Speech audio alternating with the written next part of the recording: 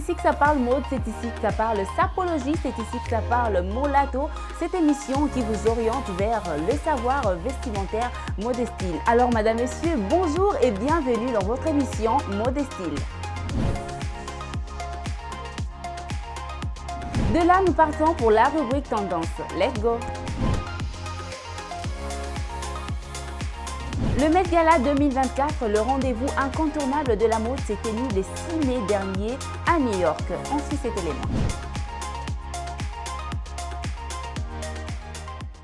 Le Met Gala est l'une des plus grandes cérémonies des modes qui marque l'inauguration de l'exposition annuelle de mode et de l'industrie du costume. Chaque année, les stars redoublent des créativités à l'occasion du Met Gala. Les crues 2024, avec son thème Sleeping Beauty, Re-Rocking Fashion n'a pas fait exception. Les invités ont foulé les tapis rouges dans le look tous plus pointus les unes que les autres. Imaginées par le plus grand créateur du moment, les tenues repérées sur les tapis rouges du Met Gala 2024 ont toutes rendu hommage de manière subtile et surprenante au thème de l'année et son dress code. Les jardins du temps.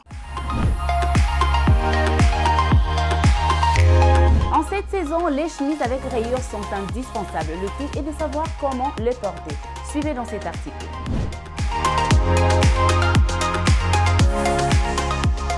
Pour un effet très chic, assemblez vos chemises rayures bleu-blanc avec des pièces assez basiques telles que les jeans, des shorts détailleurs, des jupes en jeans. Pour un ressorti all money, misez sur les rayures bleu-blanc avec un tailleur blanc bien large et accessoirisé avec des pièces telles qu'une ceinture marron ou un sac marron, des bijoux moins extra. C'est par là que nous mettons fin à la rubrique tendance et nous allons pour la rubrique clair-obscur. Let's go!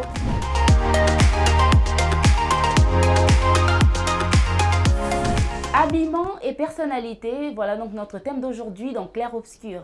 Il est important de savoir que notre style vestimentaire doit être le reflet de notre personnalité. Il est donc important de le savoir, comme je l'ai dit tout à l'heure. Nous sommes sur ce beau plateau de mode et style avec une styliste de taille qui va essayer d'éclairer nos lanternes là-dessus. Elle s'appelle Dorcas, la CO de Dorcas Style. Bonjour Madame Dorcas. Bonjour Madame Exosia. Comment vous allez? Je vais très bien, merci. Et vous?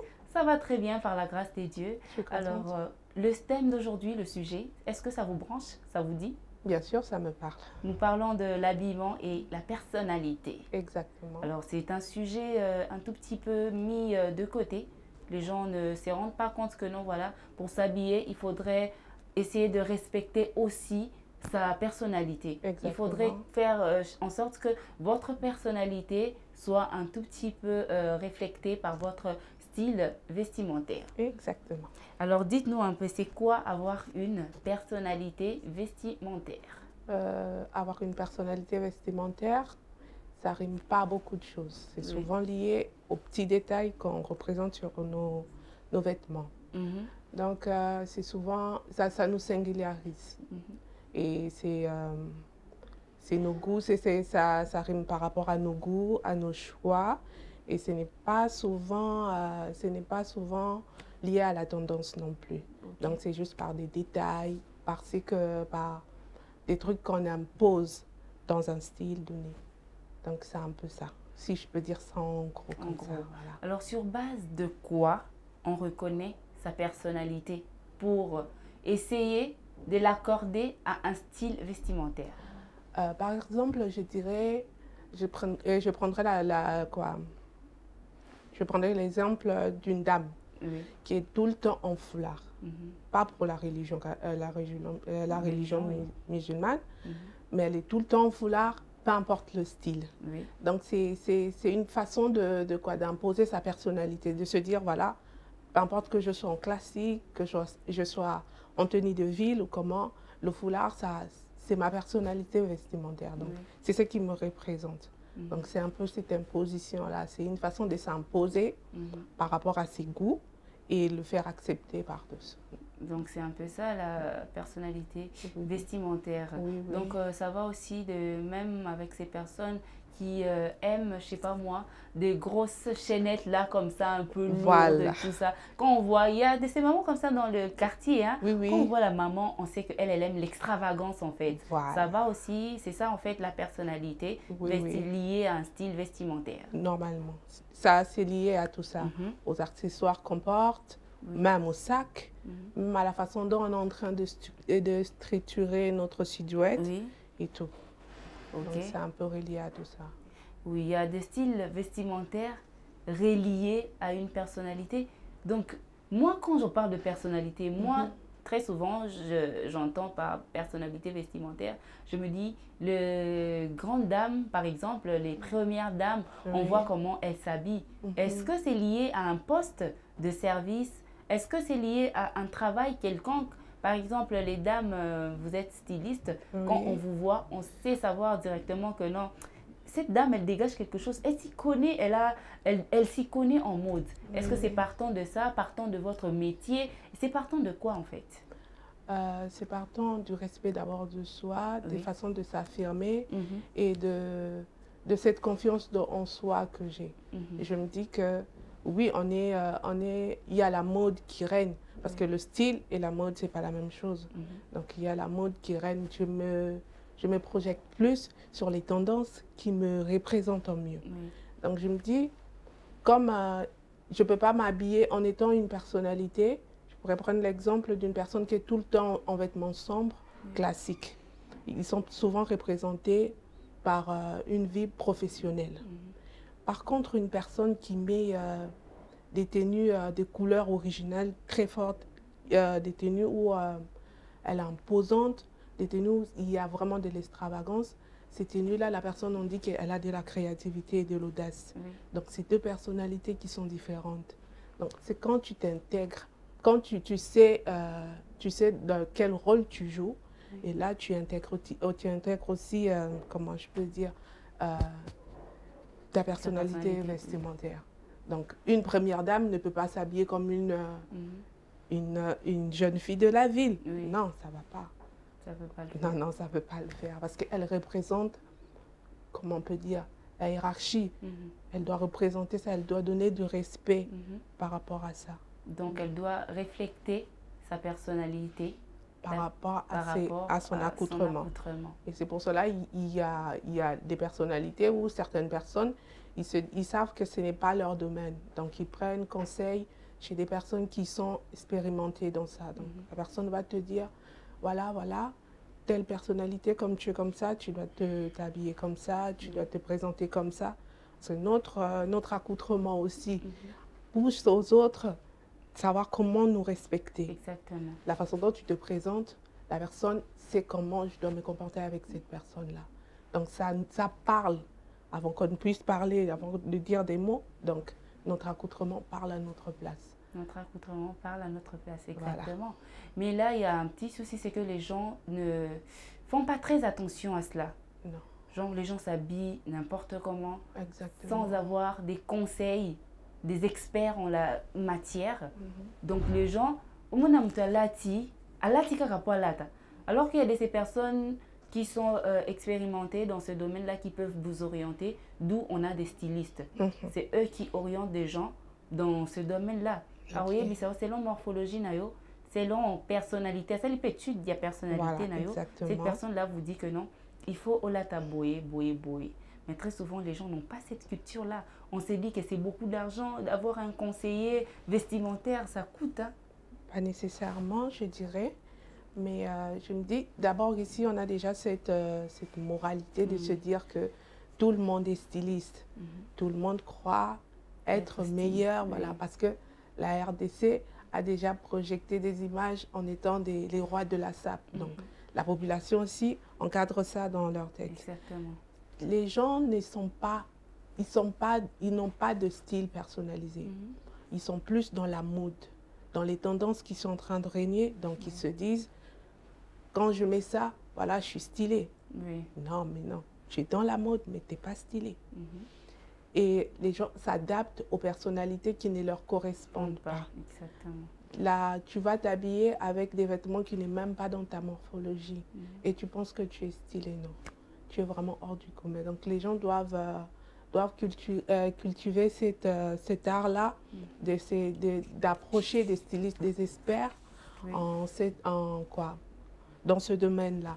Donc, il ne faut pas se dire que je vais approcher une styliste et se dire non, je n'irai pas là-bas parce que c'est cher. Non. Elle peut être juste là pour te conseiller elle doit d'abord te demander le fond que tu as. Et puis voilà, elle pourra t'intégrer dans des boutiques qui vont à ton budget pour que tu puisses avoir quand même une personnalité propre à toi et un respect de ta créativité. Mais ce n'est pas cher. Quand tu n'as pas encore essayé quelque chose, tu ne peux pas commencer à le juger comme ça. Non, il faut te renseigner, il faut vouloir savoir si ça va te coûter cher ou pas. Si ça te coûte cher, ok. Essaye un peu de te renseigner mieux, même sur les réseaux sociaux, mais tout en regardant ta morphologie et la personnalité qui te va. Ne va pas tout copier parce que c'est dans la mode, voilà, je vais intégrer ça. Non, non.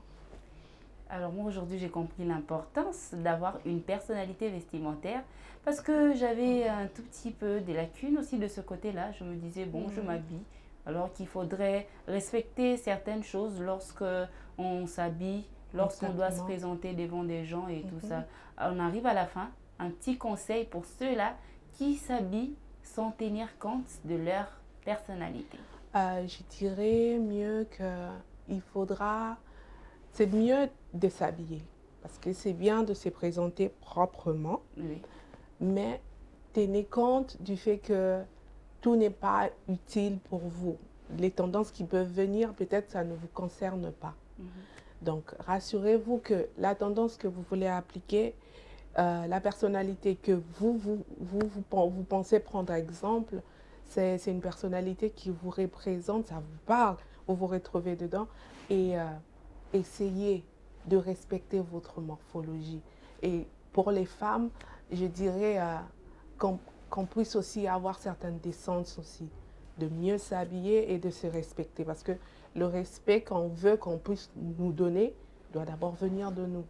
Donc si toi-même personnellement, tu ne te respectes pas par ta façon de te présenter avec tes vêtements, tu ne peux pas attendre un respect de l'autre. Donc prenez soin de ça, de faire attention à tous ces petits points-là. Merci beaucoup Madame Dorcas. En tout cas, moi, je vais mettre en pratique ce côté-là, le respect. Je vois déjà que vous avez quand même du style. Ah, merci. Le respect, tout tourne autour du respect. Donc, choisissez votre style vestimentaire, mais n'oubliez pas que vous êtes femme, vous êtes un homme et tout ça, vous devriez envoyer une image qui permettra aux gens d'avoir la facilité de vous respecter au premier abord. C'était donc ça le conseil de notre styliste d'aujourd'hui. Et là, nous allons pour la rubrique stylée de la semaine. Aujourd'hui, dans Stylé de la semaine, nous avons sélectionné pour vous 5 looks du Met Gala 2024. Ensuite,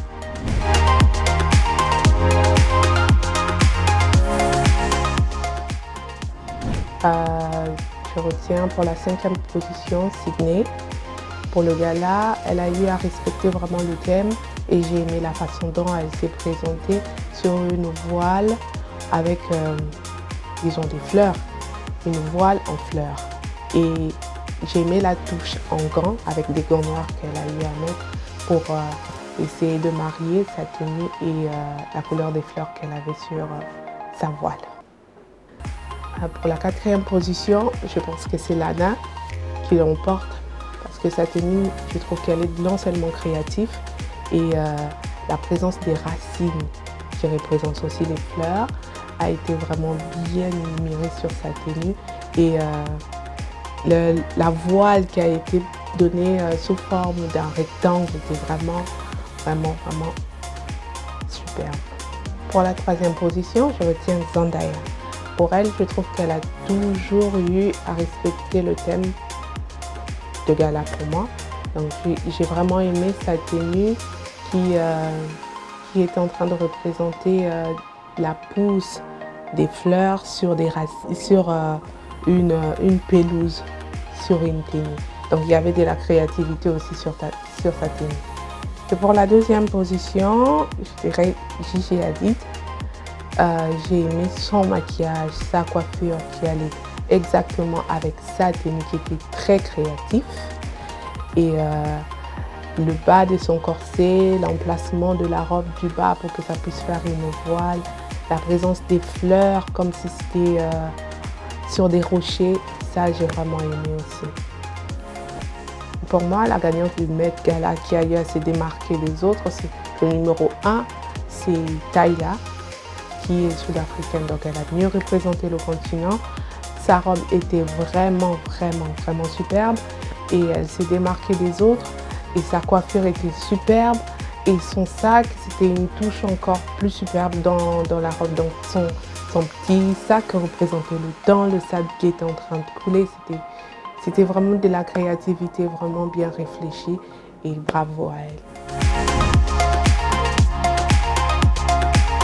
Ça se passe ici dans la chaîne de l'expression créative Innov Télévision, votre mission qui parle de la sapologie, votre mission qui parle du style, mode et style. Alors madame, messieurs, on se dit déjà au revoir, mais surtout n'oubliez pas de nous suivre sur les réseaux sociaux, likez, commentez, partagez. On est sur YouTube, Instagram, Facebook. Surtout, on se retrouve ici très prochainement. Ciao, ciao.